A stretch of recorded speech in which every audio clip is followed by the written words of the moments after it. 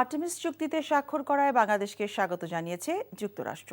দেশটির পররাষ্ট্র মন্ত্রণালয় এক বিবৃতিতে এই তথ্য জানায়। এছাড়া যুক্তরাষ্ট্র বাংলাদেশের সঙ্গে অর্থনৈতিক উন্নয়ন এবং ইন্দো প্যাসিফিক অঞ্চলের নিরাপত্তা বিষয়ক কাজ অব্যাহত রাখতে চায় বলেও বিবৃতিতে উল্লেখ করা হয়েছে।